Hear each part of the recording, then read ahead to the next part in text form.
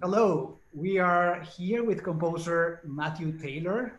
Matthew, welcome and thank you for giving us the opportunity to perform your music. Matthew is professor of composition and improvisation at Middlebury College in Vermont. Welcome, Matthew. Thank you so much. So we have been working on your music, and this is one of those pieces that make you think about uh, the message that composers put out there. You know, composition is a mean of expression, but in some cases like this, the composer is putting out there a very personal message for everybody. How does it feel to put yourself out there in such a way? And can you tell us about this beautiful prayer service for Ernestine? Yeah, so for this particular piece, I wrote upon the passing of my grandmother in 2017, and she and I were very close, Ernestine Taylor, and I had the this was actually a first for me where I was really just accessing my own emotions and trying to represent them in a way that felt like it was honoring her and also accessing the pain that I was feeling at the time. Um, and so the what I guess I was striving for was kind of just this honesty about my experiences with her. Especially, she was a very devout Christian in the African Methodist Episcopalian denomination, Protestant denomination, and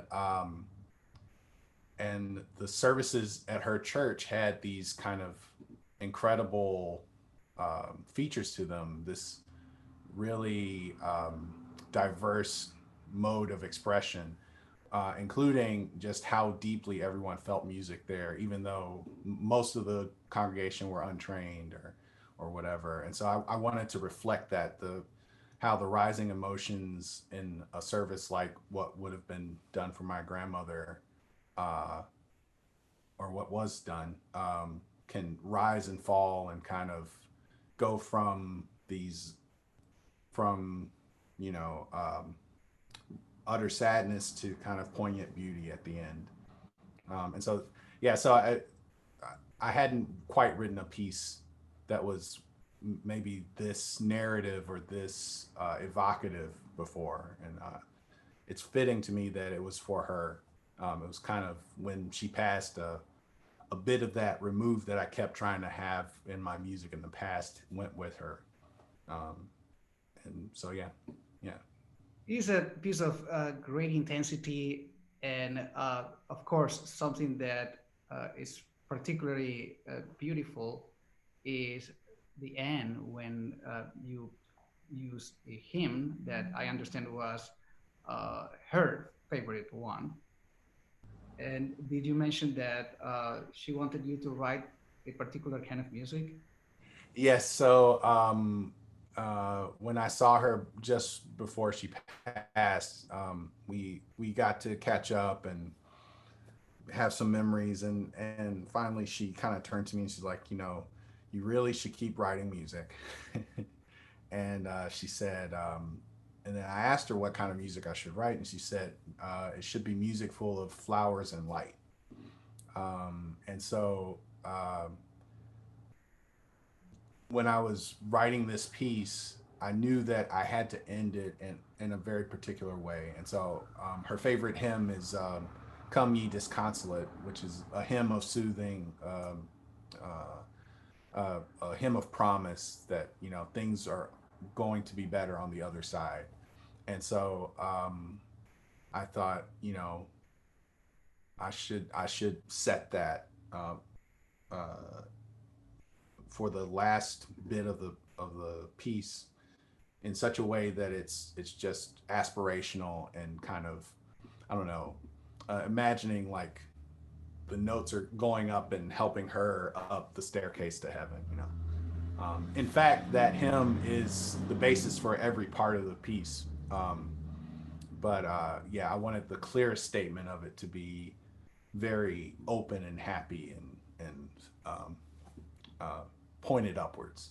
Oh, you definitely created that for her. I'm sure that she must be smiling somewhere and very happy of this tribute that you pay to her. Tell me one thing about the trombone and the bass clarinet. Those particular moments in your piece uh, are fascinating, and they create such an intensity, an intensity there. As you know, I can totally see preacher, uh, high energy preacher moment there in those places. So tell me about that particular choice. Well, yeah. So with the bass trombone section of the piece, it's a feature in a setup that many people will recognize, call and response. But it derived my approach to it is deeply influenced and is trying to evoke this tradition in the Black church called hymnlining, where you have one person sing the line and then the rest of the congregation sings a response. But there's no everyone. What you should imagine is that the congregation is a group of people that have come from all over, and so they have different recollections of how that melody is sung, and so they're singing it, they're singing the words together, but the pitches might not be the same, and so there's um, this real kind of intense polyphony, but it's not a studied polyphony. It's and the pitches, honestly, the pitches are not um, organized really by any particular scale or anything. And then there's an agreement at the end that, okay, we've reached this note. This is the final note. But everybody else is just kind of meant to go on that journey themselves. And then with and that often the minister, the pastor would be one that would trigger it, but it's actually a very democratic tradition. So just any elder in the church could just start singing in that fashion, and the whole congregation would know, okay, we need to respond to this. And so it's a beautiful statement of togetherness to me.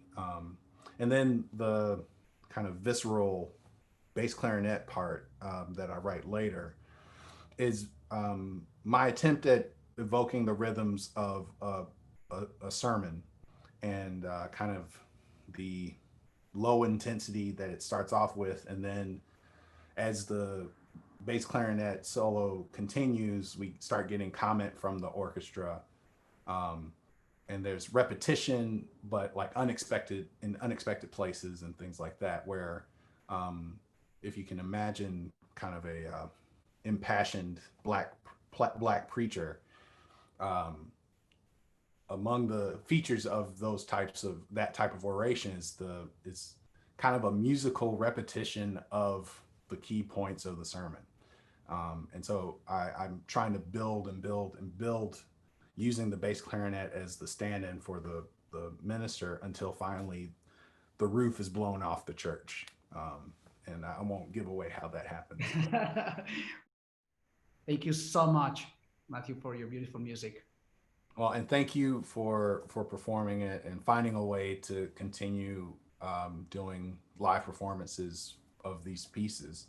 It's really incredible that it shows how resilient our community can be as a body of musicians. So yeah, thank you for your work.